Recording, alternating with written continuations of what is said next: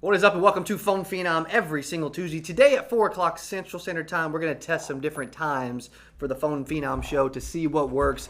But I wanted to show you guys the newest socks that we got in, some CA socks. But the coolest part is, may not be able to see it, but right underneath the CA letters, it says Think Big. And that's something we talk a lot about. That's something I'm a big believer in, something that's on the wall in our office. If you ever tour our office, it's on the wall. Big ol' Think Big letters. I also want to give out a shout out to Mike Newton for his video this morning, live video talking about, passion and being a celebrity and all the content and everything else. It just, meant a lot. It was really cool. So I loved that, man. We actually showed it to our team meeting this morning. So welcome to Phone Phenom. And today we're going to talk about a few tips because we talk a lot about overcoming objections. Agents struggle with the telephone. They struggle with objections. It's always a big thing on a topic on everybody's mind. We talk about it a lot. But I always talk about agree, answer, and ask. But even more importantly than that, there's agree, answer, and ask. And once you can get that down, it's amazing how much it'll work, right? I've got insurance agents that are using the agree, answer, and ask to set dates with girls now. Literally. That's happened multiple times. They're calling me, telling me the story and everything else because they're agreeing, answering, and ask. I don't care what it is.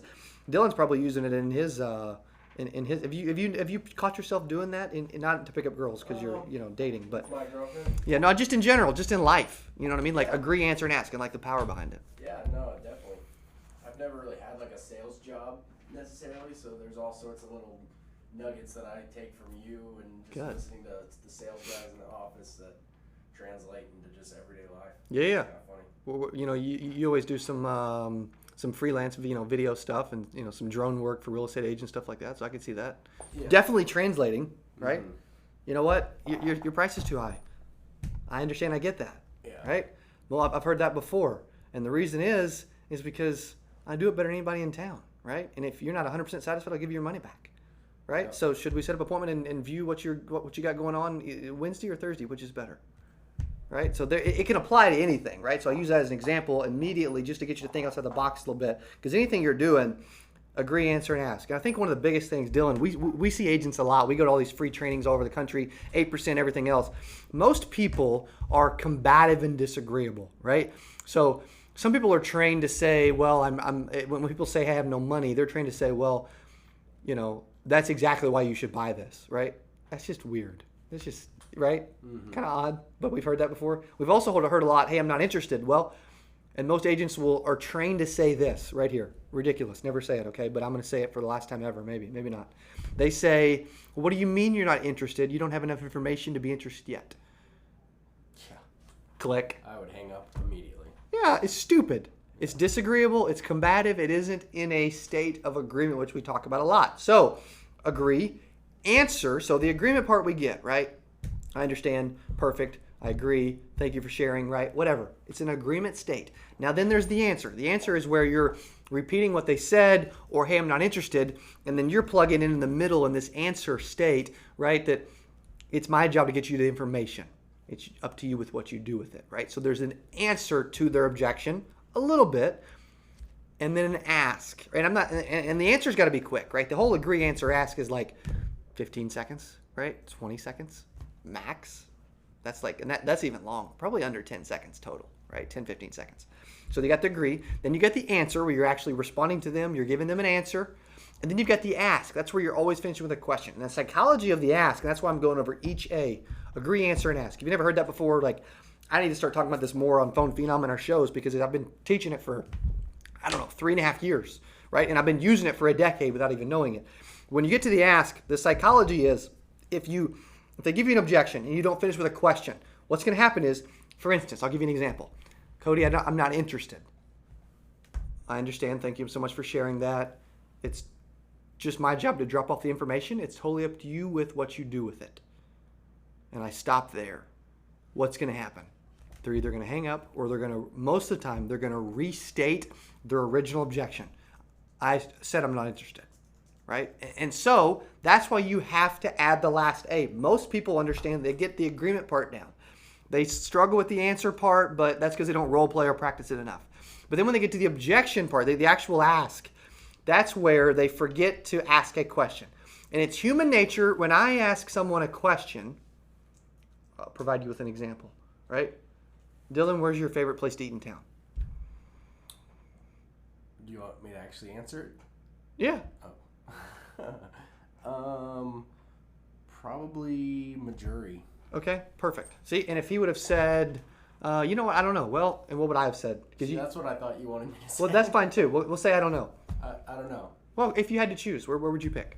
I like sushi, so probably majority. Perfect. See, I've never had that, so I need to tell Lauren I need to try that, I guess. But you see You how, don't like sushi though. well, fried, deep fried, Yeah. mega deep fried, right? Fire fried. That's where the ask. Most people forget the question, and the importance behind the question and the ask, the third A, is that it keeps you in control. It gets them responding to your question, because when you ask someone a question, like the example with Dylan, it's human nature to answer that question. So it keeps you in control, gets them to answer it, and it steers the path of the conversation. So that's why agree, answer, and ask. There's another thing that you just heard right there too. When I was asking Dylan, where's your favorite place to eat? It's human nature to say no and I don't know. It's human nature to be lazy. It's human nature to not give people responses. It's human nature to say something like that, right? Normal. And when I say I don't know, I normally know the answer. It's kind of like a pet peeve around the office. Dylan's probably noticed that you just don't normally say I don't know around the office here because it's kind of annoying to me. It's also, it's annoying to me when I even say it myself, right? Those 3 words, I don't know. When most of the time we know the answer, or we could find the answer, or we could say something that's less lazy. Okay, so but for instance, most of your prospects are going to say I don't know, or no, or they're like going to be unsure about everything. So when that happens, what you do is you say, well, if you take them to a hypothetical state, if you had to choose, where would you say? And then that's where he said, well, if I had to choose, I like sushi, so I'd probably say Missouri, right? That's what happens when you ask a follow-up question. So the 3 A's are great, agree, answer, ask. You'll typically get an answer. But if you don't, and they don't give you a response, or they're ignoring you, or I don't know, or no, that's when you use the hypothetical situation and always ask a follow-up question. One thing, if I can impress upon you today, is that you need to remember is, Chino will be proud when I impress upon you, is when you don't get the answer you want, always ask another question. Always ask a follow-up question, because most people fail to ask a follow-up question. And what you're telling the prospect is it's okay to not answer me. You're giving them permission to never answer your questions again. So what happens is, the next time you say something, it's okay to say, I don't know. You see where I'm going? That's a sales tip, right? So instead, always ask a follow-up question. When you don't get the answer you want, you must ask a follow-up question, and it needs to take them to a hypothetical place. For instance, hypothetically, if you had to choose, or, right? Hypothetically, or if you had to choose, or if you had to say, or if you had to pick, right? That's when they feel like, well, if I had to pick, right? I guess this, right? Because that's what ends up happening. So think about that. When you're using the 3 A's and you don't get the question answered right like you want, still always ask a follow-up question. It's super important to ask an additional question, take them to a hypothetical state, and get an answer to your questions, because you want to get prospects in the habit of answering your questions. Because what happens is when you get them used to answering your questions, and what you're doing is you're training them to respond and give you an actual answer, so that later on, 45 minutes later, you're in the close and you're asking them to do business with you. You've already trained them 38 times to answer your questions, so that when you get to the close and you give them 3 options and you ask them which one is their favorite, they're going to pick, because you've trained them along the way to pick. And even if they still don't pick and they're like, I don't know, that's a big decision, I understand. Well, if hypothetically, if you were going to pick one, which one would make the most sense to you? Those type of questions and wording things that way will end up getting you the answer that you want. At the end of the day, you need to always train people to answer your questions. I tell Dylan in live trainings and all the time, when I drive through my neighborhood, I've got multiple pet peeves. Everybody does, right? One pet peeve of mine is that when I'm driving through my neighborhood and I wave at a neighbor, if they do not respond, if they do not wave back, I stop the car and I keep waving. It happened yesterday. I keep waving until they wave back. Because I'm going to just assume that you didn't see me if you're ignoring me. The same thing can be said with an insurance appointment. If someone says, I don't know, they're not answering your questions, or you're ignoring you, you must get an answer before you proceed. You just must. Okay? So hopefully it's helped. All about objections. Any questions, Facebook and YouTube, before we wrap up today? Short and sweet, straight to the point, but I guarantee if you apply this and implement this, you will see results 100%. No questions. We got Mr. Bass 1 on YouTube said, Bass let's go. Let's go, Not Bo. sure who Mr. Do you know who Mr. Bass is? Bass or Bass? Might be Bass. I don't know. Omar Bass? Just says Mr. BASS? Yeah. Okay, maybe. I don't know. If not, tell us, bro, because I'm gonna call you by the wrong name, but I think so because he follows. We're friends on we follow each other on Instagram. So. Nate Hoshik said, What's up, "Think Nate? big, let's go." Let's go, man. Think bigger, right? Right. Tony Lonnie said, "It's perfect, Cody." What's up, man? Thank you, buddy. And then Mr. Bass, whoever this is, said, "Get people accustomed to your questions." Nice. Yep. Big takeaway, right? Most salespeople don't think that way. That's why I close most of the people I sit in front of, because if there's an opportunity for a close, I'm closing it, right? We talk about the no callback close, we talk about all these other things. Objections is big, and it can be applied in person or over the phone. Especially over the phone, you got to get good at overcoming objections. Okay. So any other questions or thoughts?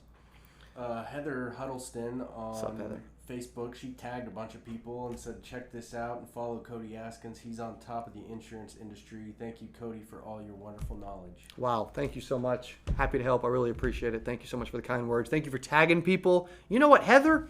She cares about the success of other people, because when I find something good, guess what I do? I share it with others, because most people don't know this. They don't know the 3 steps to overcome objections. They don't know that you should always ask a follow-up question. They don't know that you should always get answers to your questions. Like, they don't know those things. So, Heather, thank you for sharing that. Hopefully the agents you tagged love the message as well. We do this every Tuesday. Phone Phenom. Thanks for watching. Any other thoughts, Dylan, before we wrap it up? Nate Hosick said, my socks are on the way. Ah, yes, they are. It's Success Society member. If you're like, dude, what is Success Society? I have no clue what you're talking about. Success Society is a 12-month coaching program where I do weekly accountability calls. I do quarterly marketing sessions. And we bring in co-host to coach you every single month that I interview. Okay, so this is all about sprinting to success together. I love Success Society. I love helping agents. I want to be your coach, and you can reach out to Andy, again, Andy at CodyAskins.com, A-N-D-Y, Andy at CodyAskins.com if you want more information or if you want to join Success Society. Okay? Any other thoughts? Thanks for the tags. Thanks for the comments. Thanks for the questions. Thanks to Dylan for producing and answering and giving us his favorite place to eat in town. Okay? Have a great rest of your week. Thanks for watching Phone Phenom. Let's go think big.